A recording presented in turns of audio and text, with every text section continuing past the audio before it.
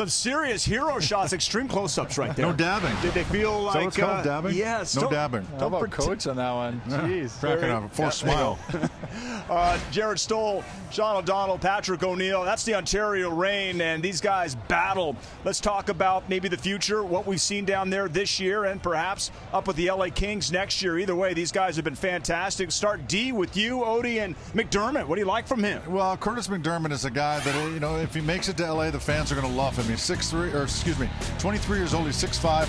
208 it says there. Now that must have been after about a 10-day battle with the flu, because this kid is about 225 or 230 pounds, and he's big, he's intense, but he is mean. Like I said, if he can play with this team, he will be a fan favorite very quickly. Like most guys that are down in the minors, though, he's very raw, and to make this next step, it's the toughest step right now to get to the NHL. You got to kind of hone some of those things, get rid of some of that the rawness, and kind of hone and get him ready for this next level. But he's a kid that, if he can make it, the fans will love Curtis McDermott. And then you got Justin Auger, another big boy, 6'7", 229. They're so young, these kids, and they're so damn big.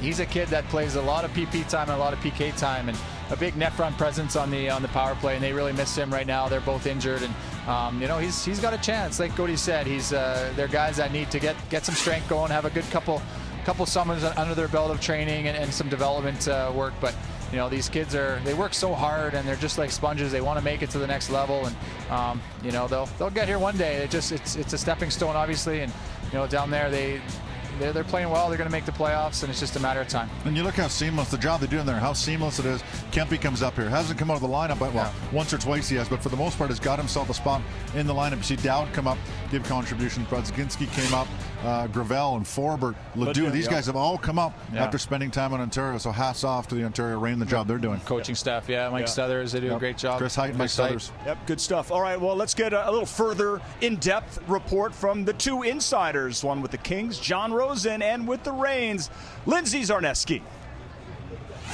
Thanks, Patrick. A couple of insiders right here. We have Ontario Reign insider Lindsay Zarneski. I'm John Rosen, LA Kings insider. We want to talk some Reign right now. One of the great stories about this team this season has been the play of Jack Campbell, who turned 25 years old this year, former Dallas Stars first-round draft pick, and he's really had a career renaissance in the minor leagues for Ontario. It's been a great story for this team. Yeah, his resurgence has been the number one storyline. Really, he came over in the offseason in a trade, and the Reign really thought that he would be the backup. I mean, Peter Budaj was slated to be the team's number one starter, the reigning goalie of the year, and then the injury to Jonathan Quick really changed everything. And Jack Campbell, a guy who was maybe considered a draft bust during his career, has had a total resurgence. He's played in 36 straight games. At one point in time, he leads the AHL in wins with 29. And in a recent conversation with him, he mentioned that he really feels like during this season, now that he really feels like he's been with LA just this entire time. And I think that speaks volumes to Dusty Emu and what he has done as the Reign goalie coach to Jack Campbell. Yeah, I've heard great things too about Dusty Emu, the relationship that they've built up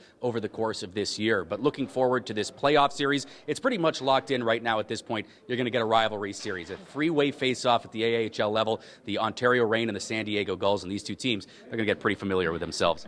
Well, what's going on, too, is the Reign are going to play the Gulls in 4 out of their last 6, and then right now the Gulls are at number 2, the Reign at number 3, so there's a good chance that they're going to meet in the first round of the playoffs, and I think the intrigue is, depending on what happens here with Los Angeles, there's a chance that they could return Paul Ledoux, Johnny Brodzinski, and Adrian Kempe, and so they'll have to get acclimated if it does happen in a hurry, because the first round series in the AHL is a 5-game series.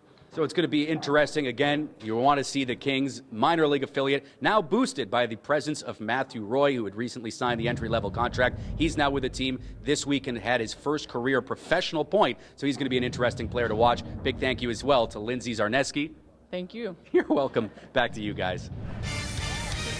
Good work, you two. You couple of giggle boxes there. Appreciate that. We'll talk about the Kings goalies, break it down, and also get you ready for a huge game for LA next.